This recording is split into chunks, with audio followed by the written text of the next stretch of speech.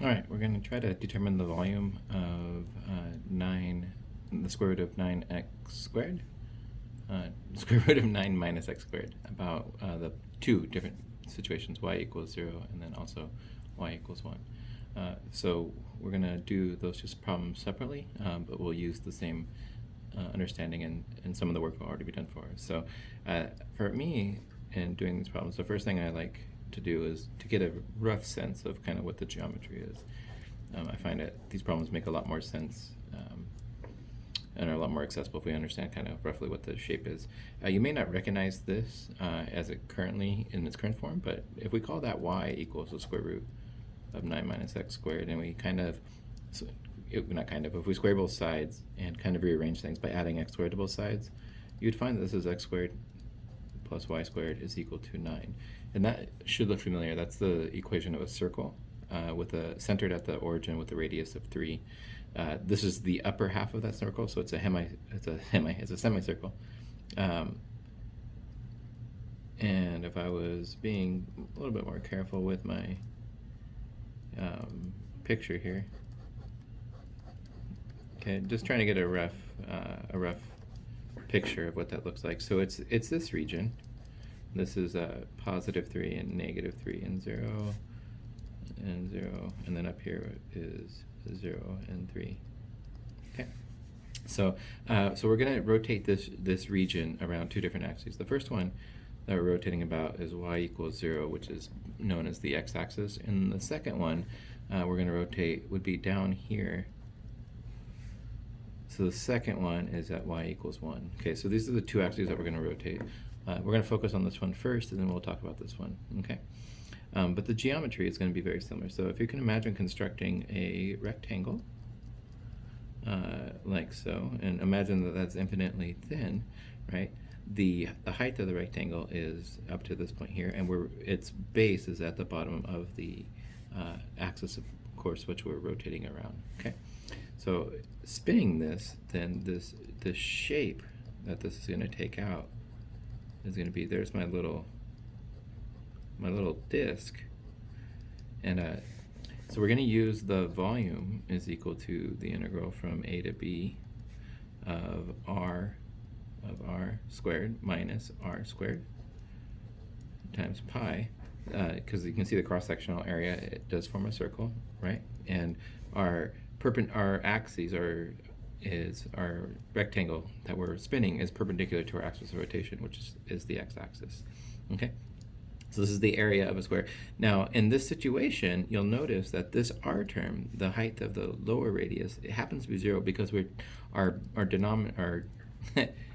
base is touching the axis of rotation. So the bottom of the rectangle is touching the base.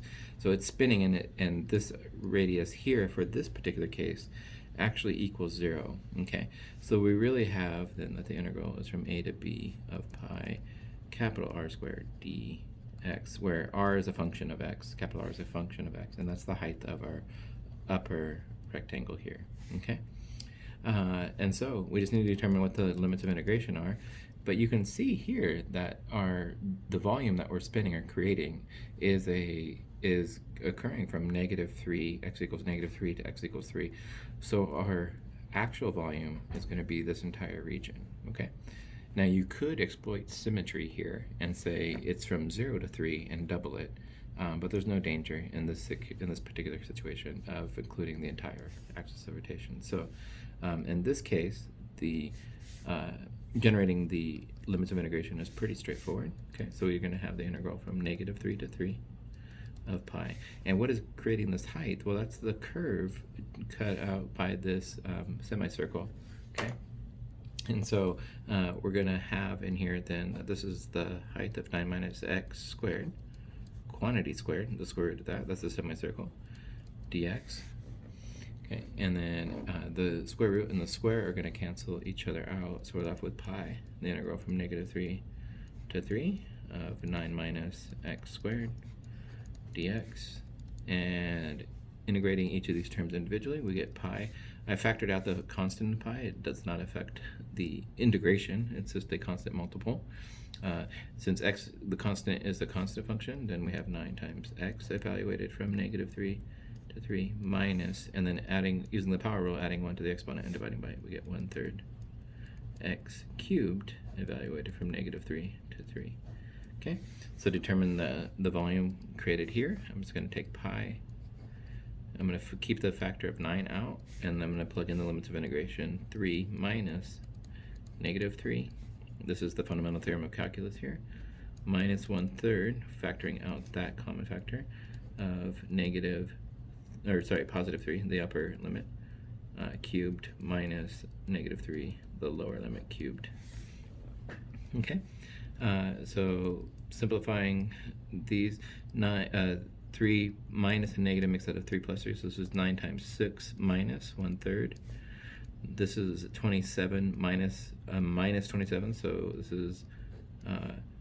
this is 3 cubed plus 3 cubed. Okay, so I'm being strategic and just coming up. I see that there's a 3 here that I can factor out and multiply both of those terms by. And so this 3, 1/3 is going to cancel each one of those. And so this is a 3 squared, which is a 9, and that's a 3 squared, which is 9. So I have 2 9s here. So I'm going to do pi. And this is just an arithmetic thing, so if it's confusing, I have 2 9s because 3 squared is 9. So I have this times 2, and I have times 2 because I'm adding 2 of the same together. And the reason why I'm doing that is because, look, I have 6 9s here, and I have 2 9s here, so I have 6, so I'm taking 2 away, so I have a total of 4 9s. So this is 9 times 4, which gives me that the volume is 36 pi units cubed. Okay. All right. So there's the volume of this semicircle being rotated around the x-axis, and you may just note that the formula for the volume of a sphere, which is what we just created, is something that should be familiar to you, or may be familiar to you. Okay, and so if we plug in, you notice that the radius here is 3, and so we have 4/3 times pi, 3 cubed. 3 cubed is 27, but we're dividing it by 3, so that should look familiar. And then you're left with, well, isn't that just 4 times 9? 3 squared is 9. 9 times 4 is 36 pi units cubed. So it checks with our fundamental notion of volume for a cube that we know maybe from elementary or from anyway.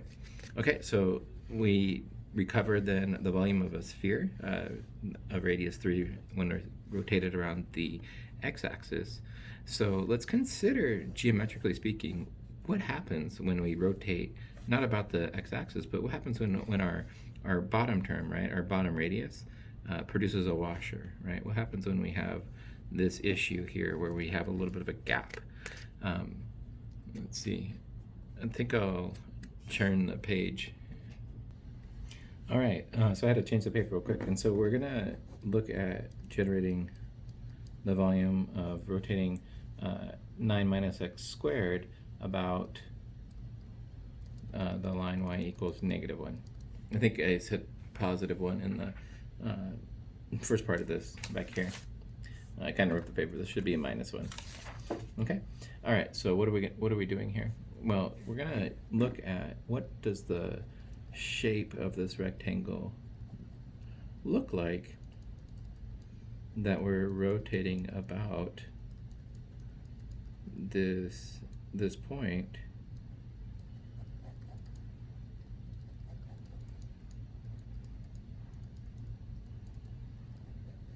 And so you can kind of start to see that the shape that we get is this. Originally we had a sphere, but now we're creating a sphere, but it has this weird hole in the fact. In fact, if you kind of look at it, the shape that we're getting kind of like punched out is, since our rotation is down here at is about y equals -1, that means that this diameter here is actually a diameter equal to 2, and so we're getting a cylinder that has a radius of 1 or a diameter of 2, and it's the full length from -30 to 30. So we're actually getting a cylinder kind of like punched out of our volume here. That's not always going to be the case, but for this particular geometry, it's literally what we have. So if you can imagine like a ball, right? We have kind of this ball around this thing, and this punch is coming through and like punching a hole through the center of the sphere, creating. So we're going to imagine that the volume is going to be less since we have this missing volume being constructed. So let's verify that our hypothesis is true. Okay, and so in this case then, pi from -3 to 3, our limits of integration are still going to be the same. Well, that didn't change. What will change though is that our r squared minus r squared dx, that this term here is no longer equal to 0 since we have a lower radius here. Since we've moved down our axis of rotation, we've created this gap here, and so that's no longer equal to 0. Okay, so let's go ahead and plug in our result. So pi equals -3 to 3.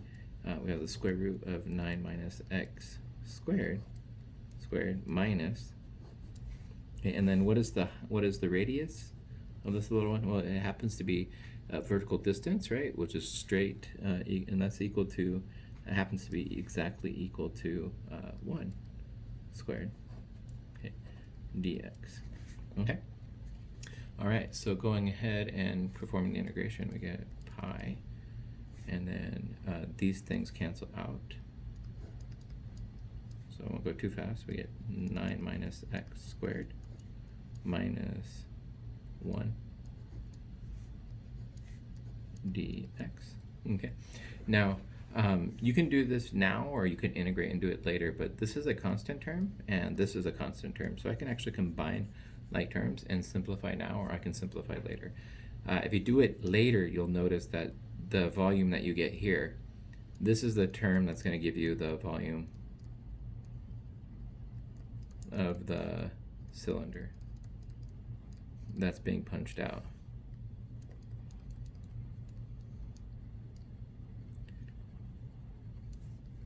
Okay, if you subtract them now, you'll lose that, but it'll make the calculation really easier.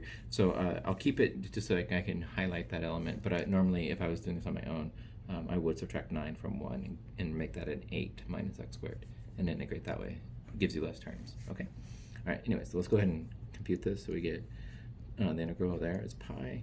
It's going to be 9x evaluated from -3 to 3 minus 1/3 x cubed evaluated from -3 to 3 minus, and then we have x evaluated from -3 to 3. Okay, now this part right here, you may remember from the work that we just did. We already found that was equal to 36 pi units. That we got from the previous problem. So the only thing that we really need to do here is subtract off, what is this? Well, it's pi times the pi coming from here, 3 minus a -3, plugging in the limits of integration. This becomes 3 times, or 3 plus 3, or 3 times 2. So this is 36 pi minus pi times 2 times 3. And I'm writing it in this format to recognize that the volume of the cylinder that's here. Okay, so the volume of a cylinder trying to think of drawing it or writing it. Okay, the volume of a cylinder is the radius squared, right? It's pi times the radius squared times the height, right? Okay, well, when our radius is 1, we have pi times the radius 1 squared, that's our radius, and our height is 6. Okay, then this becomes 6 pi, because 1 squared is 1. Well, look, here's the 6, here's the pi, and if I wrote 1 squared there, that would be the radius there. So this is the volume of the cylinder mentioned earlier, okay, which is a kind of a cool coincidence. Anyways, this is equal to 6 pi, so I have 36 pi minus 6 pi, which gives me then a total of 30 pi units cubed. And I hope that video was helpful.